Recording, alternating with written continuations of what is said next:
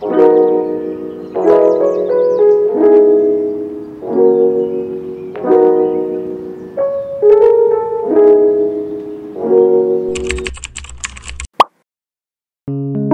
咗咁耐呢，終於開關啦！嚟到名古屋機場，我哋呢搭車去到名鐵名古屋車站，然之後呢我哋就坐順龍特急去到今晚嘅落腳點松本，車程呢大概係2個鐘。而我哋今晚住嘅酒店呢就叫做 Alpico Plaza Hotel， 咁呢佢價錢都唔錯啦，間房都好乾淨，喺正松本嘅車站出面嘅啫。我哋呢大概7點鐘出發，喺松本出發呢主要有2個方法呢可以去到上高地嘅。因為直達巴士呢班次比較少啦，個時間唔係好啱我哋，咁所以我哋呢都係揀咗第一個方法，就搭電車去到新島島站再轉巴士。本來呢喺電車上面呢我就想開通喺香港買嘅上網SIM卡啦，點知呢試完幾次呢都上唔到網，再睇一睇個包裝啦，先發現呢原來張卡呢已經過咗期，所以結論呢就係我俾人呃咗嘅。不過我睇到窗外面嘅風景啦，其實好快呢就已經唔記得咗呢件事啦。而且日本大部分嘅地方都有 WiFi 啦，咁冇 WiFi 嘅時候呢，今次就當係 Digital Detox 下啦。1個鐘頭之後呢，我哋嚟到新島島站。如果呢前往上高地嘅話呢，其實就可以直接坐去上高地嘅巴士嘅。不過呢，我哋今次先去到澤道嘅酒店放低行李，所以呢就搭咗呢一架巴士啦。我哋呢去到澤道啦，咁呢個呢係去上高地中途嘅一個巴士站嚟嘅。因為呢私家車呢係唔可以開去上高地嘅範圍嘅，咁所以自駕嘅朋友呢都要喺度泊低架車，再搭呢一啲巴士嘅。放低咗行李之後呢，我哋搭巴士去到大正池啦。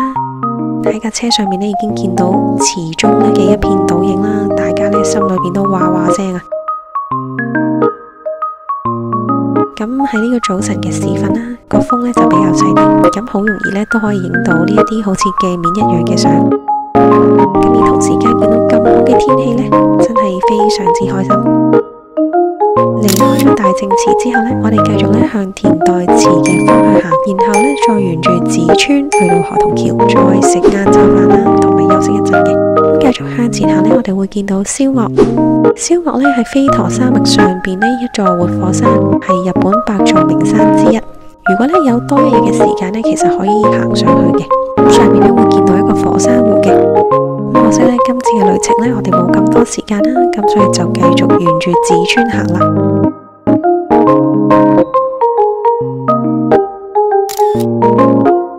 咁喺白樺樹之間去行呢，其實整體嚟講條路都好平坦啦，其實係一個好適合一家大細嘅健行路線嚟嘅。喺呢度呢，我哋會見到穗高連峰啦。咁其實呢，行嘅途中呢，你會不停想停低影相嘅，咁所以行下行下呢，一啲都唔會覺得攰嘅。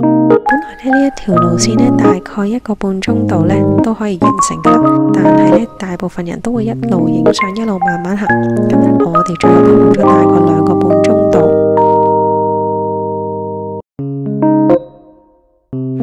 去到河童橋啦，咁呢度呢係上高地主要嘅餐廳啊、酒店嘅聚集地啦，仲有上高地嘅巴士總站。咁我哋呢會喺呢度食個 lunch 啦，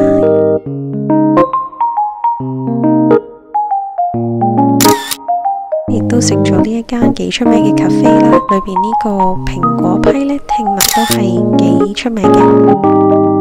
咁食完午餐之後呢，我哋就繼續下晝嘅行程啦。我哋喺上高地巴士總站嗰邊開始行啦，咁沿住紫川嘅左岸，我哋向住明神橋嘅方向前進。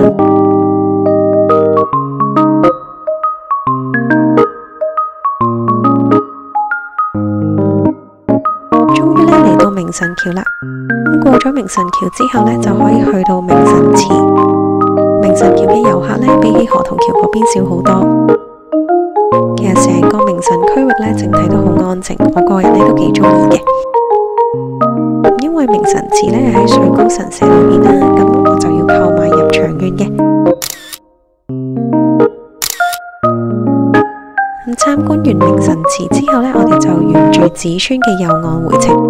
如果下次我有時間呢，我都會繼續向前行，去到呢一個叫做奧德澤環美嘅地區。咁喺嗰邊呢，可以露營啦，而且更加接近穗高連峰嘅。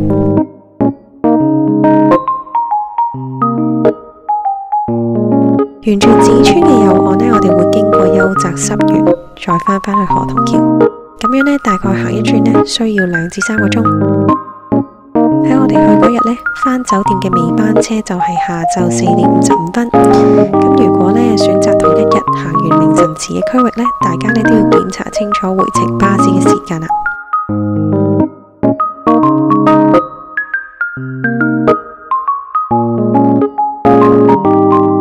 咁我哋今日住嘅酒店呢，叫做上高地酒店，咁但係呢，佢唔係喺上高地嘅，而係先前提到嘅澤島啦。